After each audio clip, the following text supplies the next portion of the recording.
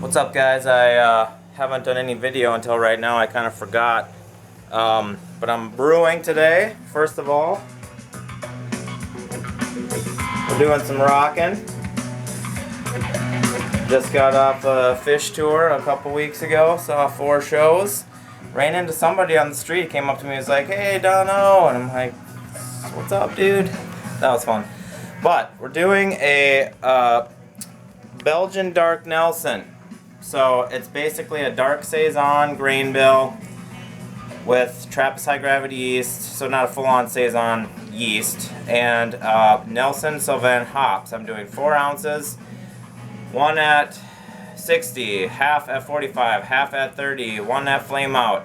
Then I cooled it down to about 130, and then I threw another one in. So 4 ounces. This is my first look at the gravity.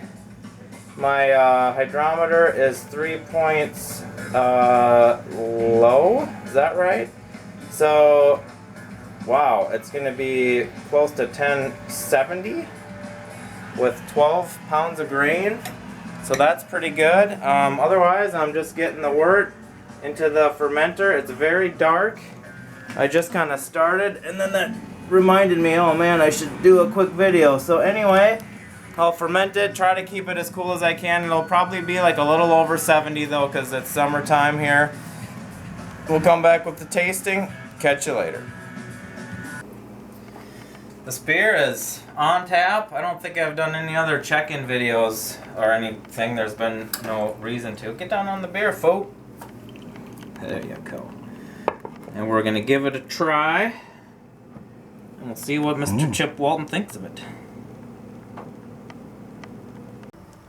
What's going on? We're going to try this beer now. I did not go over the grain bill. It'll be in the notes. Look in the description. Go to my brew log if you want to look at it again. But it was 9.5 pounds of pills, half a pound of Carafa 3, quarter pound of midnight wheat, which is something I don't know if I've ever used, and 1.75 pounds of wheat. So, 12 pounds total, 2 pounds of wheat. The gravity was, I think it was 1064. I've been having some hydrometer calibration challenges, but it did finish at 1010. And we're going to give it a try. Cheers. Cheers, brother man. Thanks for having me out. So you're welcome. The question on the table kind of is, can you tell what the Nelson Sauvin hops did for the beer, what they taste like, maybe what they smell like? But also, what about this kind of a dark grain bill with this Trappist High Gravity yeast? Now, also, I was saying Sauvin because of my little bit of French that I know, but every other video that I saw, people say Sauvin, Sauvin, or even Sauvin. So, Nelson Sauvin, Nelson Sauvin, something like that is how people generally pronounce it. Do you get any flavors from this hop that you can tell? You feel like we would have to be. That's the only hop. For getting nearly, 4 ounces over the course of a brew in 12 pounds. So even the yeast itself couldn't overpower those hops. And I do get some darker fruit, raisin, plum, little blueberry. I get a little spice in the flavor, which we talked about a little bit. Not like super clove spice, but I got something that when you flip this over, I was like, oh, dill isn't necessarily what I was getting, but it's in that area of those more neutral spices that don't clobber you over the head, but point you kind of in a direction that a tropical fruit or a dankness doesn't, you know? So this hop is known to produce, I've read a lot of descriptions because I was going to be using it as the exclusive hop and I wanted to know if it was something I wanted to try. But people often say wine-like aromatics, white wine-like aromas and flavors. Cold climate Sauvignon Blanc is what I've also seen. But then they say other things like gooseberries, which we were talking about. Freshly crushed. I actually don't know what a gooseberry tastes like. I know the term, I've just never had them. But then they say pine needles, dill, Key tropical lime. fruit, key lime, I Lychee. suppose. I could see lychee, actually, because lychee, the one time I've had it at a Halloween party, it reminded me of a peeled white grape. Fleshy, that kind of sweetness, but also that just slight bit of like tannicky skin, but like white grape juice. And kind of what you're talking about with the tannicky skin kind of thing, I also taste a bitterness of a grapefruit similarity. I've made grapefruit liqueurs, and you soak the peelings, and you get that type of character. So I am getting I am getting the white wine. That's the thing that I get. It's so crazy to get white wine out of a beer this dark, isn't it? Well, or out of a hop. I mean, too, I guess.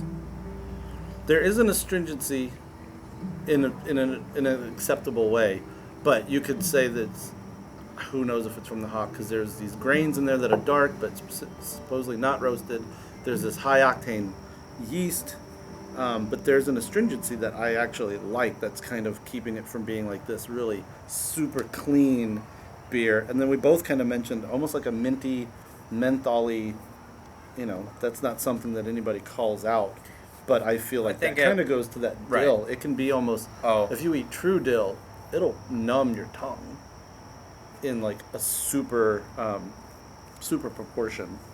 Well, let's progress to the phase of the video where we talk about, does this, first of all, is it an okay beer as it is? If you were gonna, if somebody's gonna say, here's a new beer from some commercial brewery, and you're gonna sit down and this is this recipe they came up with, are you gonna think, yeah, this works, or are you gonna think this is kind of a little goofy? I think it works. It reminds me it's kind of interesting because you said you kind of built the grain bill off of a saison noir. Yep. That is the beer that I've brewed over the course of my 10 years of homebrewing that this reminds me of. When I actually said it in a video back in the BTV days, It reminded me of a chocolate 7-Up. And this kind of has that lemon lime, bittersweet chocolate, not sweet chocolate. So yeah, I would... Bittersweet chocolate. Being less than a month old, I would take this as like a really strongly hopped dark ale. It's almost kind of like Midnight Rider is what I'm thinking of, but not nearly that intense on the bitter. I think the grain bill could easily be used in an American ale, a black IPA, that type of a grain bill. Yeah. No problem. Although if I tasted this, I'd be like, yeah, this is like a beefier brown ale. And especially going into the season we're about to get into here, it's actually a really good beer. Funny, I never thought of it as brown. It would be a very, very dark brown. I think of it more as a blackish, but if you had it in a smaller glass, it would kind of have a brown note. Up against this light wood, you catch garnet and you catch red. Maybe Rafa. There's a little bit of a roasty character, but we were saying we don't know if that's from this quarter pound of malt or if it's from all the other things. But I'm happy with it. It's kind of falls under my low risk experimentation. I figured it would at least be something that I can drink, but I'm pretty happy with it. I don't know if I would. I think I kind of like the grain bill for like a springboard for another bigger hoppier type of hops that I like more. I could see this going a much pinier route and being like So I guess I'm happy enough with it. We were talking smack and drinking. It is what it is. This hop I might use again. I might not. It's fun to have known what it is. It is very unique, and all of the stuff I read said that, and I agree with that. I do like it, but I don't know if I would use it. You could use it in a blend with other hops. I probably wouldn't do a single hop with this hop again, but I mean I hardly do that with any hops. I just don't know if I'd use such a dark. I'd be interested to taste it in a lighter grain bill. Me too. Just for the heck of it. Me too. I do think that this is going to be a good beer. It's less than a month old. It's 7%. This thing, I think, 2 or 3 weeks from now, as the leaves start to change and the evenings call for a fire, this is going to be and it should still be around. All right. Well, thanks for watching. We'll catch you next time. Cheers.